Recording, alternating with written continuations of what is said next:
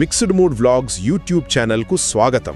ఈ mixed mood vlogs ఏంటంటే ఇది తెలుగులో ట్రూ క్రైమ్ కథలు చెప్పే ఒక ఫేమస్ యూట్యూబ్ ఛానల్. హర్యానాలోని పానీపట్ ఈ పేరు వినగానే మనకు సాధారణంగా చారిత్రక యుద్ధాలు గుర్తుకొస్తాయి.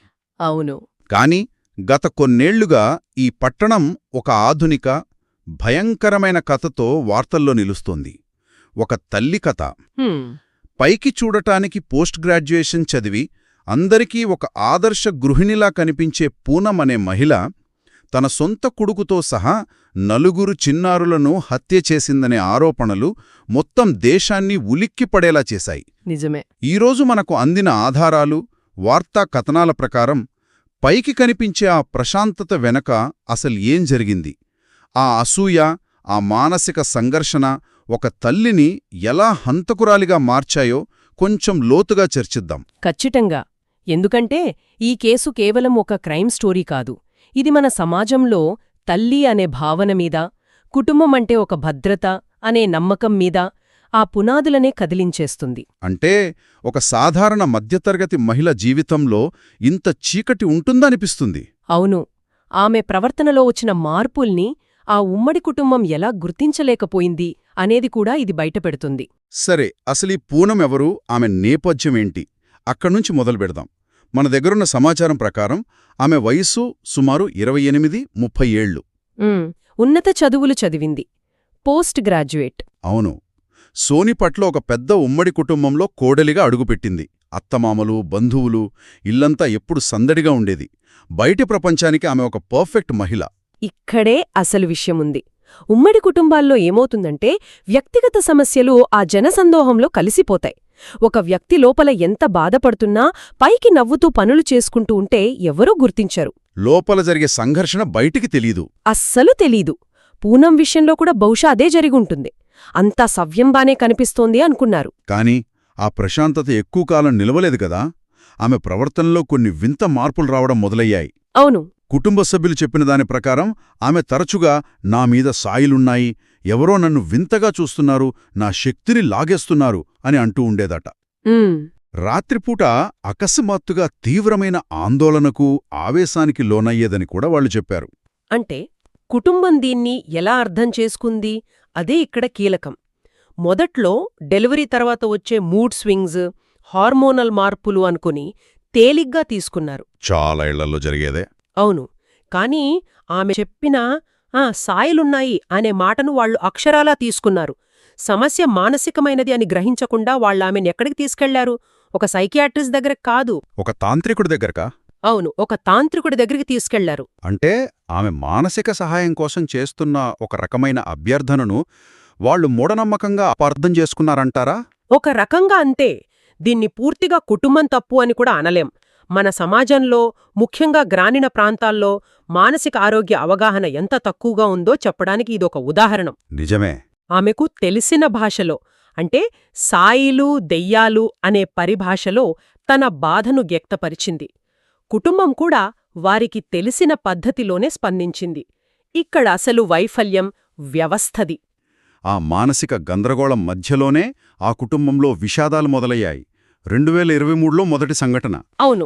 పూనమ్ బంధువుల అమ్మాయి ఇంటి బయట ఉన్న నీటి ట్యాంకులో పడి చనిపోయింది. ఇంట్లో ఏదో ఫంక్షన్ జరుగుతోంది, అంతా హడావుడి. ఆ సమయంలో పాప ఆడుకుంటూ ప్రమాదవశాత్తు పడిపోయి ఉంటుందని అందరూ అనుకున్నారు. చాలా సహజం. ఒక చిన్నారి మరణం వెనుక కుట్ర ఉంటుందని ఎవ్వరూ ఊహించరు. అందుకే పోలీసులు కూడా దాన్ని యాక్సిడెంటల్ డెత్గా నమోదు చేసి ఫైల్ మూసేశారు. కాని కథ అక్కడితో ఆగలేదు. ఆ సంఘటన జరిగిన కొన్ని నెలలకే అదే ఇంట్లో, అదే నీటి ట్యాంకులో మరో 2 పిల్లల మృతదేహాలు తేలాయి. ఇది చాలా భయంకరం. ఈసారి చనిపోయిన వారిలో ఒకరు పూనమ్ సొంత కొడుకు, 3 సంవత్సరాల బాబు, మరొకరు ఆమె మేనకోడలు. అసలు ఒకసారి జరిగితే ప్రమాదమంటారు, రెండోసారి, మూడోసారి అదే చోట, అదే పద్ధతిలో పిల్లలు చనిపోతుంటే ఎవరికి అనుమానం రాలేదా? ఇది చాలా ముఖ్యమైన ప్రశ్న. ఇక్కడే మన మెదడు మనని ఎలా మోసం చేస్తుందో చూడాలి. ఒక తల్లి తన సొంత బిడ్డ శవం దగ్గర గుండెల వీసేలా ఏడుస్తుంటే ఆమెను అనుమానించే ధైర్యం ఎవరికుంటుంది? నిజమే. పూనమ్ కూడా అదే చేసింది. నా కొడుకు, నా బిడ్డ అంటూ నేలవిడ్డపడి కొట్టుకోవడం చూసి ఆమె బాధ నిజమని అందరూ నమ్మారు. ఆమె దుఃఖం ఒక రక్షణ కవచంలా పనిచేసింది. అంటే అందరి దృష్టిని పక్కదారి పట్టించింది. ఖచ్చితంగా.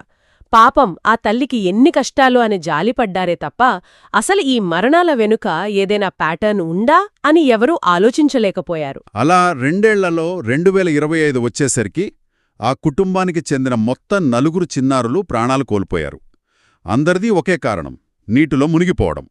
ప్రతిసారి పోలీసులు కూడా నిర్లక్ష్యం కింద కేసు మూసేశారు. కానీ చివరి సంఘటన కేసును పూర్తిగా మలుపు తిప్పింది. అవును, 2025లో ఒక పెళ్లి వేడుక నౌకాత్ గ్రామంలో. ఆ ఫంక్షన్ హాల్లో ఆ వేడుకలో 6 ఏళ్ల విద్ధి అనే ఒక చిన్నారి చాలా చలాకీగా, అందంగా ఉంది. అందరి దృష్టిని ఆకర్షిస్తోంది.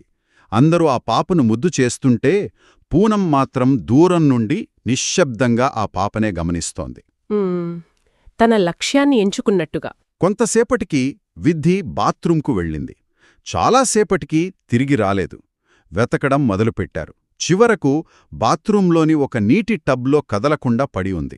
మళ్ళీ అదే కథ అనుకున్నారందరూ. అవును, పాపం జారి పడిపోయింది అని. కాని ఈసారి పోలీసులు కొన్ని చిన్న విషయాలను చాలా లోతుగా పరిశీలించారు. ఆ చిన్న ఆధారాలే మొత్తం కేసు గతిని మార్చేశాయి. అవును, 3 కీలకమైన ఆధారాలు దొరికాయి. ఒకటి, బాత్రూమ్ డోర్కి బయట నుండి గడియ పెట్టుంది. బయట నుండి గడియ అంటే ప్రమాదవశాత్తు పడిపోతే తలుపుకు బయట నుండి గడియేలా పడుతుంది? ఇది ఉద్దేశపూర్వకంగా జరిగిందని చెప్పడానికి ఇంతకంటే బలమైన సాక్ష్యం లేదు. ఇక రెండోది, ఆ టబ్ లోతు. 6 ఏళ్ల పాప అందులో నిలబడితే నీళ్లు నడుము వరకు కూడా రావట. అంత తక్కువ లోతున్న టబ్లో మునిగి చనిపోవడం అసాధ్యం, బలవంతంగా ఎవరైనా ముంచితే తప్ప. కరెక్ట్. ఇక మూడో, అత్యంత కీలకమైన ఆధారం, పూనం. పోలీసులు అక్కడికి చేరుకున్నప్పుడు ఆమె బట్టలు తడిగా ఉన్నాయి. అలాగా? అవును. నీ బట్టలు ఎందుకు తడిగా ఉన్నాయని అడిగినప్పుడు ఆమె పొంతనలేని సమాధానాలు చెప్పింది. నీళ్లు పడ్డాయని, చేతులు కడుక్కున్నానని. కాని ఆ తడి ఆమె సంఘటనలో ప్రత్యక్షంగా పాల్గొందని చెప్పకనే చెప్పింది. దీంతో పోలీసులకు అనుమానం బలపడింది. చాలాసార్లు నిందితులు ఇలాంటి చిన్న పొరపాట్లతోనే దొరికిపోతారు. విద్ధి మరణం తర్వాత పోలీసులు ఈసారి కేసుని చాలా సీరియస్గా తీసుకున్నారు. పాత 3 యాక్సిడెంటల్ డెత్ ఫైళ్లు తిరిగి తెరిచారు. అప్పుడు ప్యాటర్న్ అర్థమైంది. అన్ని సంఘటనలు జరిగినప్పుడు పూనం అక్కడే ఉందని, ఆమె ప్రవర్తన అనుమానాస్పదంగా ఉందని గుర్తించారు.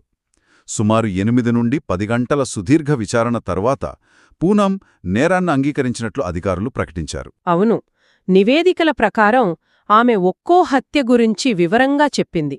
తానే ఆ పిల్లలను నీళ్లలో ముంచి చంపినట్లు ఒప్పుకుంది. ఈ నేరాంగీకారం తర్వాత అందరి మదిలో ఒకే ప్రశ్న, ఎందుకు? ఒక తల్లి ఇంత కర్కశంగా మారడానికి కారణమేంటి? ఇక్కడే ఈ కేసు మరింత సంక్లిష్టంగా మారుతుంది. పోలీసుల విచారణలో పూనం చెప్పినట్లుగా చెబుతున్న మాటలు చాలా షాకింగ్గా ఉన్నాయి. ఏమని చెప్పింది? నాకు చిన్నప్పట్నుంచీ నా రూపంపై కభద్రతాభావముంది. ఇంట్లో అందంగా ఉన్న పిల్లలను చూస్తే నాకు అసూయ కలుగుతుంది. వాళ్లని చూసినప్పుడల్లా నన్ను నేను తక్కువగా భావించుకునేదాన్ని అని ఆమె చెప్పినట్లు సమాచారం. పోలీసులు దీన్ని బ్యూటీ కాంప్లెక్స్ అని పిలుస్తున్నారు. కాని ఒక మానసిక నిపుణురాలిగా చూస్తే ఇది కేవలం అసూయ లేదా ఇన్ఫీరియారిటీ కాంప్లెక్స్ కాదు. కాదు. ఇది చాలా లోతైన, తీవ్రమైన మానసిక వ్యాధికి సంకేతం. పోలీసులు ఉపయోగించే బ్యూటీ కాంప్లెక్స్ అనే పదం సమస్య యొక్క ఉపరితలాన్ని మాత్రమే తాకుతుంది. దాన్ని కొంచెం వివరిస్తారా? అంటే కేవలం అందంగా ఉన్నారనే అసూయతో సొంత కొడుకును కూడా ఎవరైనా చంపుకుంటారా? ఈ వాదనంతా నమ్మశక్యంగా లేదు. మీరు అడిగిన పాయింట్ చాలా కరెక్ట్. కేవలం ఆడపిల్లలను లక్ష్యంగా చేసుకుని ఉంటే ఈ బ్యూటీ కాంప్లెక్స్ సిద్ధాంతానికి కొంత బలం ఉండేది. కాని తన సొంత కొడుకును కూడా చంపడం ఈ కేసును చాలా క్లిష్టంగా మార్చేస్తుంది. అంటే అసూయ కంటే తీవ్రమైనదేదో ఉంది. ఖచ్చితంగా. ఒక అంచనా ఏంటంటే ఆమె మల్లిగ్నెంట్ నార్సిసిజం అనే తీవ్రమైన వ్యక్తిత్వ లోపంతో బాధపడుతూ ఉండవచ్చు. ఈ స్థితిలో వ్యక్తికి విపరీతమైన అసూయ, అభద్రత ఉంటాయి. తమ ప్రశాంతతకు అడ్డుగా ఉన్నారని భావించిన వారిని వాళ్లు పసిపిల్లలైనా సరే తొలగించుకోవడానికి వెనుకాడరు. లేదా ఆ పిల్లలు ఆమెకు తన వైఫల్యాలను గుర్తుచేస్తున్నారా? బహుశా. లేదా మరో థియరీ ప్రకారం ఇది చికిత్స అందని పోస్ట్ పార్టం సైకోసిస్ అయ్యుండొచ్చు. ప్రసవానంతర డిప్రెషన్ తీవ్రమై సైకోసిస్గా మారినప్పుడు తల్లి వాస్తవికతతో సంబంధం కోల్పోతుంది. అంటే పిల్లలు శత్రువులుగా కనిపిస్తారా? అవును. పిల్లలు తన బిడ్డలుగా కాకుండా తనను హింసించేవారిగా లేదా తన జీవితాన్ని నాశనం చేసిన వారిగా కనిపించవచ్చు. ఆ స్థితిలో తన కొడుకును చంపడమనేది కేవలం అసూయతో కాకుండా తన మానసిక సంక్షోభం నుండి బయటపడటానికి ఆమె ఎంచుకున్న ఒక భయంకరమైన మార్గం కావచ్చు. అయితే ఇవన్నీ కేవలం ప్రాథమిక విశ్లేషణలు మాత్రమే. పూర్తి సైకియాట్రిక్ మూల్యాంకనం తరువాతే అసలు కారణాలు బయటపడతాయి. ప్రస్తుతం పూనంపై 4 హత్య కేసులు నమోదు చేసి జ్యుడిషియల్ కస్టడీకి పంపారు. మరి ఆ కుటుంబం పరిస్థితేంటి? వాళ్ళు ఈ నిజాన్ని ఎలా ఎదుర్కొంటున్నారు? ఆ కుటుంబం పూర్తిగా విచ్ఛిన్నమైంది. తమ పిల్లల్ని కోల్పోయిన తల్లిదండ్రులు ఆమెను కఠినంగా శిక్షించాలని డిమాండ్ చేస్తున్నారు. మరోవైపు పూనం భర్త, అతని కుటుంబ సభ్యుల్లో కొందరు ఇది మానసిక వ్యాధి అని, ఆమె కూడా ఒక బాధితురాలని వాదిస్తున్నట్టు తెలుస్తోంది. సమాజం కూడా రెండుగా చీలిపోయింది. అవును, నిన్నటి వరకు తమతో కలిసిమెలిసి ఉన్న ఒక మహిళ ఇంతటి దారుణానికి పాల్పడిందని చుట్టుపక్కల వాళ్లు ఇప్పటికీ నమ్మలేకపోతున్నారు. మొత్తం మీద ఒక ఉన్నత విద్యావంతురాలు, ఒక ఆదర్శి గృహిణి, సీరియల్ కిల్లర్గా మారిన ఈ కథ చాలా పాఠాలను నేర్పుతోంది. నిజమే. ఈ కేసు నుండి మనం గ్రహించాల్సిన అతి ముఖ్యమైన విషయం మానసిక ఆరోగ్యం పట్ల మన నిర్లక్ష్యం. పూనం ప్రవర్తనలో మార్పులను కుటుంబం ముందుగానే గుర్తించి సరైన వైద్య సహాయం అందించి ఉంటే ఈ 4 పిల్లల ప్రాణాలు నిలిచేవేమో. ఖచ్చితంగా. రెండవది, పిల్లల భద్రత. ప్రమాదం బయటి వ్యక్తుల నుండే కాదు, మనం అత్యంత ఎక్కువగా నమ్మే కుటుంబ సభ్యుల నుండే కూడా రావచ్చు అనే కఠిన నిజాన్ని ఇది గుర్తుచేస్తోంది. అంటే తల్లిదండ్రులు ఎల్లప్పుడూ అప్రమత్తంగా ఉండాలి. ప్రమాదం ఎప్పుడూ మనకు దూరంగా ఉండదు. కొన్నిసార్లు మన ఇంట్లోనే, మన పక్కనే దాగి ఉండవచ్చు. ఈ చర్చను శ్రోతల కోసం ఒక ఆలోచింపజేసే ప్రశ్నతో ముగించాలనుకుంటున్నాను. తప్పకుండా. ఒకవేళ ఆ కుటుంబం పూనం చెప్పిన నా మీద సాయిలున్నాయి అనే మాటలను మూఢనమ్మకంగా కొట్టిపారేయకుండా మానసిక సహాయం కోసం ఆమె చేస్తున్న ఒక నిస్సహాయమైన అభ్యర్థనగా అర్థం చేసుకునుంటే ఈ కథ మరోలా ఉండేదా? ఈ 4 పిల్లలు ఈరోజు మన మధ్య ఉండేవాళ్ళా? మేము తదుపరి వీడియోలో కొత్త కేసుతో మళ్ళీ కలుద్దాం. Good bye.